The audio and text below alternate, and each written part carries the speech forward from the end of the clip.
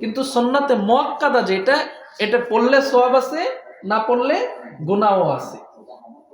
এই সুন্নাতে মুআক্কাদা জাতীয় যত সুন্নাত আছে এইগুলা রমজান মাসের একটা সুন্নাত আদায় করলে আল্লাহ পাক রব্বুল আলামিন একটা ফরজের সওয়াব দেন, বলেন সুবহানাল্লাহ।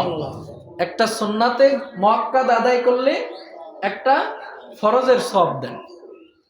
আর রমজানের বাহিরে মসজিদে যদি কোনো ব্যক্তি কোনো ফরজ আমল করে, 5 ওয়াক্ত নামাজ যেরকম ফরজ, এই আমলটা আমরা যখন মসজিদে করি আল্লাহ পাক রব্বুল আলামিন 1 ওয়াক্ত নামাজের বিনিময়ে সর্বনিম্ন 25 ওয়াক্ত নামাজের সওয়াব দেন। কিন্তু রমজানের ভিতরে 1 ওয়াক্ত ফরজ নামাজের বিনিময়ে সর্বনিম্ন আল্লাহ পাক রব্বুল আলামিন 70 ওয়াক্ত নামাজের সওয়াব দেন, বলেন সুবহানাল্লাহ। 70 গুণ সওয়াব বাড়ায় দেন।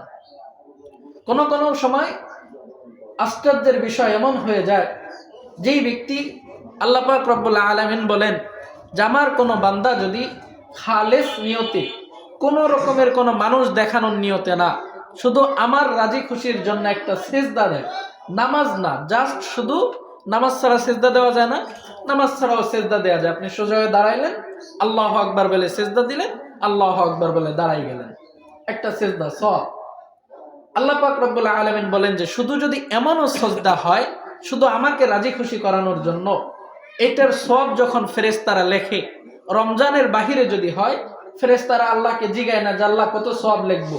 ফেরেশতাদেরকে যেই অ্যামাউন্ট দেওয়া হয়েছে যে এর মধ্যে এখান থেকে 10 থেকে 20 এর মধ্যে নম্বর দিবা, ফেরেশতারা আপনার ভাবসাব দেখে নম্বর দিয়ে দেয়, যা এত দিয়ে দিলাম তোমারে। কিন্তু রমজানের মধ্যে ফেরেশতারা আল্লাহকে জিগায় যে আল্লাহ আপনার বান্দা তো শুধু আপনার খুশির জন্য একটা সিজদা দিল, একে কত সওয়াব দিব। আল্লাহ পাক রব্বুল আলামিন বলেন যে দাও 70। ফেরেশতারা যখন খাতায় কলম বসায় আল্লাহ কয় থাক লেখো না, 700 লেখো, বলেন সুবহানাল্লাহ। ফেরেশতারা 700 যখন লেখে তখন আল্লাহ পাক রব্বুল আলামিন বলেন যে আরেকটা শূন্য বাড়ায়, এটারে 7000 করো, বলেন সুবহানাল্লাহ।